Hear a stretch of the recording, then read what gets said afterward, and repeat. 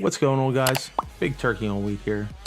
This is my channel, and if you could help me out with a like and subscribe, I'd greatly appreciate it.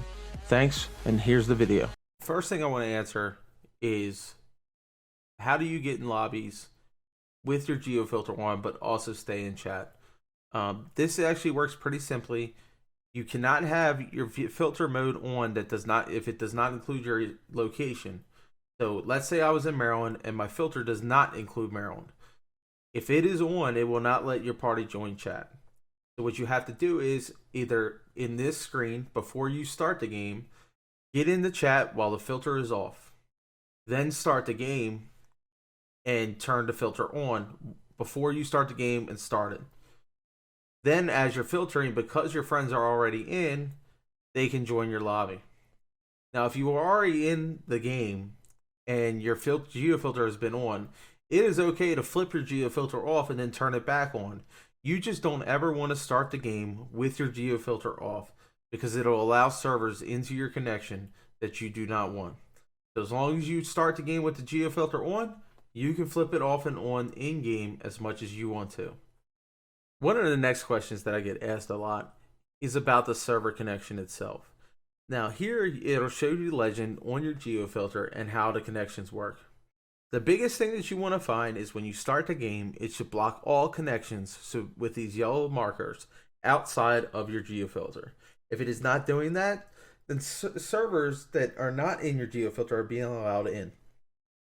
One of the ways that this can be done is by peer connections. Now, a peer connection is the person looking the symbol that is inside your circle, and then you have a server connection.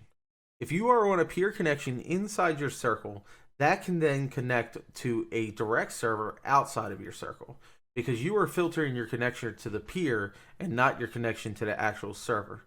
So when you do your geofencing, you should try to do it around direct servers whenever possible. Those will give you the most stable connection and will keep you on the single server that you choose.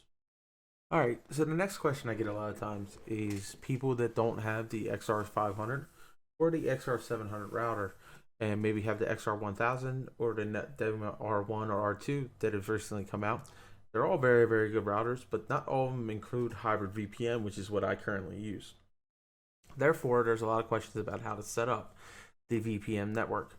Now, I do use ExpressVPN, and it's a relatively tedious process. Like, it can be a little bit difficult to understand, especially if you're kind of new to internet or how the VPNs work and stuff like that. So I think the best way for you guys to do this is just to go to ExpressVPN here.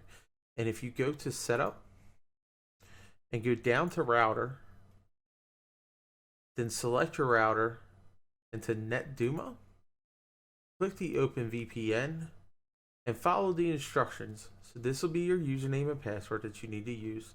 It'll tell you to pick where you want to go and download that file.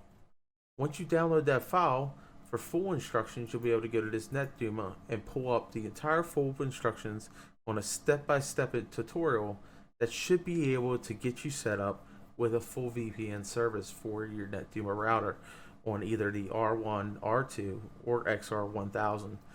So this should really help you guys be able to get set up with those VPN services on those other routers that I have not used before. It seems pretty simple. I went through the entire thing and got my XR500 set up that way. And it does work, but it'll show you some pictures and a step-by-step guide that'll help you out pretty tremendously. And hopefully that helps you guys out with that question. All right, so the next question we want to kind of come up with the answers to is the spinning of the searching for maps in Call of Duty Modern Warfare for Warzone. What is happening to you is the router is being choked up in some way to where it's not establishing a connection, and we have to kind of get that reset. So a lot of times what I try to do is I'll back out of the game completely, break up my lobby, go all the way back, totally close the game out, and then restart it. This does not always fix the problem, but it is one way that has fixed it in the past. The second thing I will try to do is I'll try to turn on dynamic DNS. Now, dynamic DNS is just going to refresh your DNS every now and then, but it basically just refreshes it in that instant you turn it on. If you do not have dynamic DNS, to just change your DNS settings to any open server or open DNS, and you can find a list of them, whether it's Google or anything like that online, is going to do the same thing as dynamic DNS, but it's just a check of a button for me, whereas you're actually going to have to type in the DNS that you're looking for. This kind of gives it a little refresh and kind of jogs the internet. Technology just works that way sometimes, where it just gets held up a little bit, and with that kind of reset, you can tend to find lobbies. One of the biggest key indicators maybe is the 54 millisecond ping, and then changes to 55 millisecond ping when you search for it the second time. The third thing that I'll kind of do is maybe I'll flip on the VPN service and flip off the VPN service. This kind of will do another option of kind of changing that up. And if none of that fails, you can flush your cloud through your geo filter, and I'll show you where that kind of is located here. If you go up to your geo filter here and you hit that flush cloud, sometimes that'll help you. And then the last thing would be resetting your router. Most of the time I have not had to reset my router, so if you're really trying to ping a really far away lobby, sometimes it's just a bad connection between your VPN, you, and the server that you're trying to connect to. So maybe a better time of the day or something like that, or maybe it's just you know, something getting in the way of that connection because it's across such a long distance. Sometimes I can connect to Sri Lanka, but I can't connect to you know, somewhere in Europe. But then sometimes I can't connect to Sri Lanka, but I can connect to India. So it's kind of hit or miss. I mean, you kind of got to work with it, kind of try different things each day. It's not always going to be a perfect system as you're trying to port basically across countries. All right, and that should bring us to the final thing that I'm going to do in this video and talk about is Netdumas 3.0.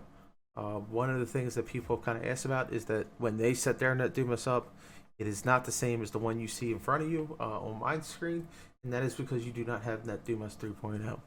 And what you have to do to be able to get that is you have to go to the Netgear community forums and download the firmware for the model that you have, whether it's the XR750, 500, 450. It'll give you pretty detailed instructions on how to do that. Take the notepad configuration that you get and head on over to administration, firmware update, where you've downloaded that file. You're going to click browse, pick that downloaded file, and upload it. At that point, you will have Netdumas 3.0 and be able to move forward with the ping heat map, the new QoS features, and the ability to multi-polygon your geo filter, so you can multi-polygon a couple servers at one time for better connections. So that's it for the video, guys. I appreciate you guys watching. Please like and subscribe. I hope you enjoyed it, and we'll see you guys next time.